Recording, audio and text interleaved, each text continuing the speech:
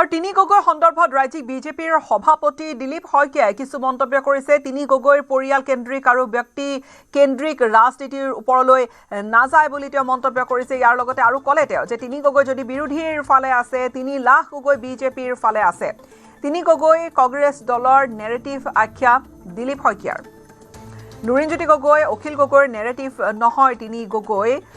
গগৈ, বৰুৱা, শইকীয়া বাদ দি বৃহত্তৰ অসমীয়া জাতি হৈ থকাৰ আহ্বান কৰিলে দিলীপ শইকীয়াই। এইটো তিনি গগৈটো এইটোও এটা ফেক নেৰেটিভ। অসমত কেৱল গগৈ আছে নেকি? শইকীয়া মই নিজে, এই বৰুৱা নিজে বহি আছে, প্ৰধান বৰুৱা, এইফালে উপাধ্যায় বহি আছে। এই যিটো পৰিয়াল কেন্দ্ৰিক আৰু ব্যক্তি কেন্দ্ৰিক ৰাজনীতি তেওঁলোকৰ চিন্তা, তাৰ ওপৰত তেওঁলোক নাযায়। পৰিয়াল কেন্দ্ৰিক আৰু ব্যক্তি কেন্দ্ৰিক ৰাজনীতিৰ একেবাৰে চূড়ান্ত প্ৰদৰ্শন কৰিলে তিনি গগৈ নামৰ এই মানে এটা অদ্ভুত এটা বিষয়ে। আৰু গগৈ গোটেই আহোম সমাজখনত আমি কিমান যদি 600 বছৰীয়া আহোম ৰাজত্বৰ সময়ৰ পৰা কিমান স্বৰ্গদেউসকলে উপাধি দিলে। অকল গগৈহে থাকিল নে? শইকীয়াতো কোনো নামেই নল'লে, গোটেই ইলেকশ্যনটোত আপোনালোকেও নল'লে। গতিকে কিমান যদি তিনি গগৈ সেইফালে আছে, 3 লাখ গগৈ আমাৰ ফালেও আছেতো।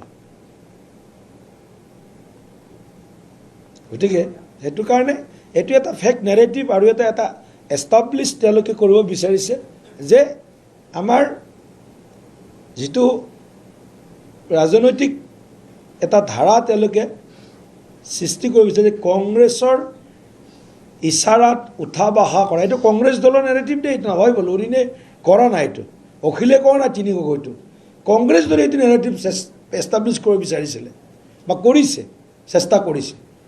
লৰিনৰ বা অখিলক মই নকওঁ এই কথাটোত, এইটো গৌৰৱ গগৈয়ে এইটো জানি শুনি এটা ডাইনেষ্টিক বা এটা ইণ্ডিভিজুৱেলিষ্টিক যিটো কয় ব্যক্তিবাদ আৰু পৰিয়ালবাদ, এইটো চূড়ান্ত প্ৰদৰ্শন এই তিনি গগৈৰ নিচিনা এটা ধাৰণা।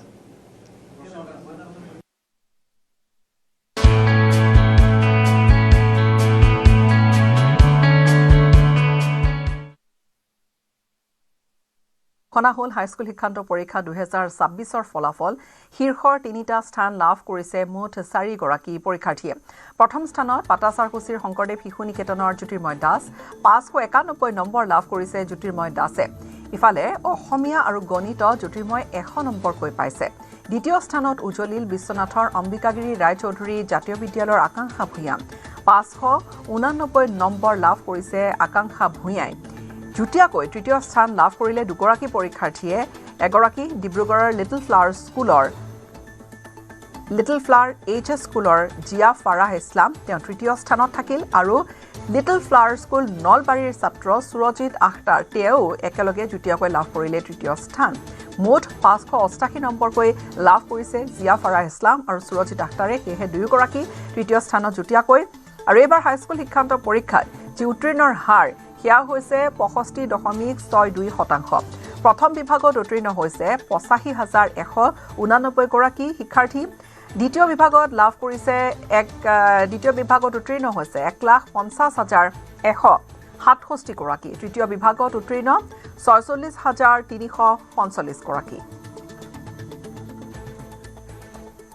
2026 4,38,564 জন, 4,38,564 আৰু এবসেণ্ট হৈছে 9,315, উইথহেল্ড মাত্ৰ 5 জন, এক্সপেল কিন্তু 135। যোৱাবাৰ যদি 101 আছিল, এবাৰ 135 জন। এপিয়াৰ্ড কৰিছে 4,29,249 জন। তাৰে ভিতৰত মেল আছিলে 1,86,468 আৰু ফিমেল 2,42,781।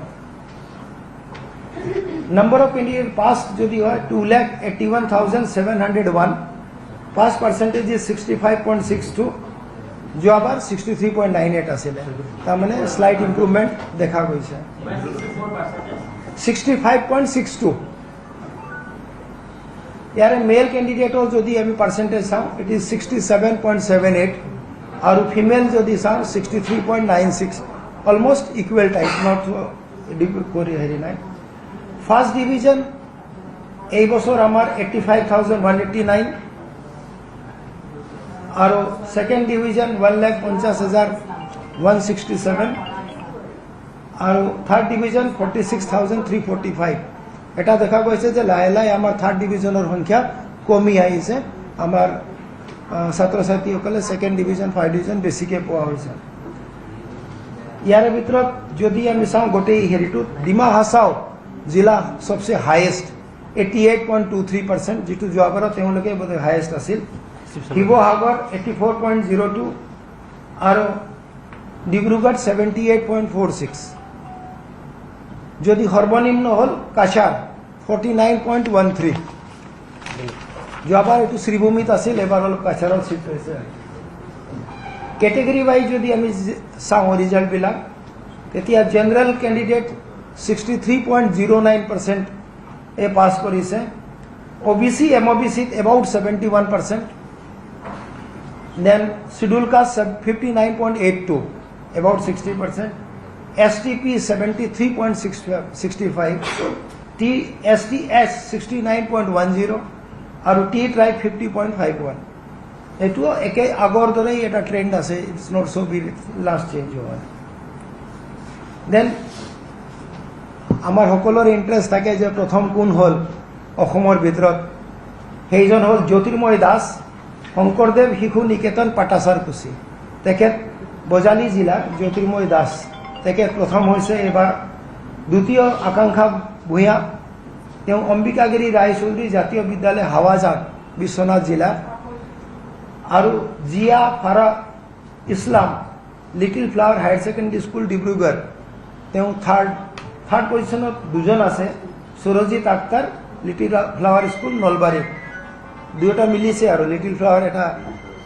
ডিব্ৰুগড়ৰ আৰু নলবাৰী এইখিনিতে আপোনালোকক আৰু এটা ইনফৰমেশন আমি ইয়াতে দিছো অৱশ্যে ৰিচেকিং কৰাৰ কাৰণে যদি কোনোবাই আমাৰ এনসাৰ স্ক্ৰিপ্ট চোৱা যদি কিবা তেওঁলোকে ভাবে যে কিবা তেওঁ বেছি পাব লাগিছিল বা কম পাব লাগিছিল তেওঁ বিচাৰে তেতিয়াহলে অহা 13 এপ্ৰিলত সেই পৰ্টেলটো খুলি যাব য'ত তেওঁলোকে এপ্লাই কৰিব পাৰিব ঠিক সেইদৰে কম্পাৰ্টমেণ্টেল এক্সাম একেই নিয়ম আছে তিনিটা সাবজেক্টত যদি ফেল কৰিছে আৰু যদি তেওঁ টোটাল মাৰ্ক 170 আছে তেওঁ কম্পাৰ্টমেণ্টেলৰ কাৰণে এপিয়াৰ কৰিব পাৰিব আৰু সেই পৰ্টেলটো আমি নোটিফাই কৰিম দুই এক দিনতে নোটিফাই কৰি দিম আমাৰ পৰ্টেলটো ৰেডি হৈ আছে but it will be definitely বিফোৰ মানে বিহু শেষ হোৱাৰ লগে লগে আৰম্ভ হৈ যাব